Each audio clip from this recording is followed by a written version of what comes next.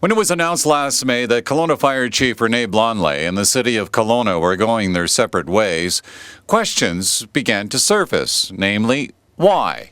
Why, after 18 years of service with a high profile and well-paying job, would Blanleil suddenly decide to pack it in? The answer at the time was that it was an appropriate time for a change. The media tried to find out the real answer and got this: a heavily edited report revealing his severance package and indicating there was an issue. Castanet has since learned that part of the issue could be allegations dealing with spending. Leaked documents revealed that the issue was first raised in 2008 when Blanleil's staff began wondering how he was spending money that was supposed to be dedicated to fire prevention and education. Instead, some of the money apparently went to other things, including charities, ball caps, and in one case, $1,600 worth of golf balls. Kelowna's GM of Corporate Sustainability, Paul Macklem, says Blanleil didn't pocket a dime. While the expenditure of the funds wasn't endorsed, they were made on the basis of promotion of the Kelowna Fire Department and its programs, including fire prevention and education.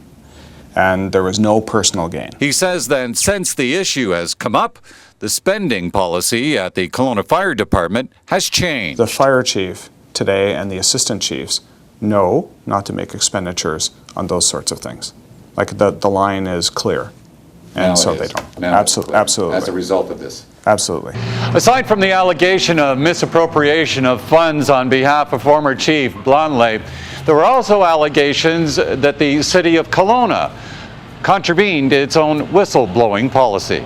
The allegations dealing with Blanleil's spending habits were done under the protection of the city's whistleblower policy. Some of the whistleblowers claim their identities were revealed to Blanleil, even though the policy promises protection. Macklem says Blanleil figured it out for himself. The fire department is only so big, and the identity, these expenditures were obviously only known by a certain number of people. Okay, so no direct identities were talked about. However, anyone who's close to the situation has to come to the conclusion that the query would only come from a small number of people who were aware. Castanet attempted to contact former Chief Rene Blanleil regarding these allegations. Those calls were not returned.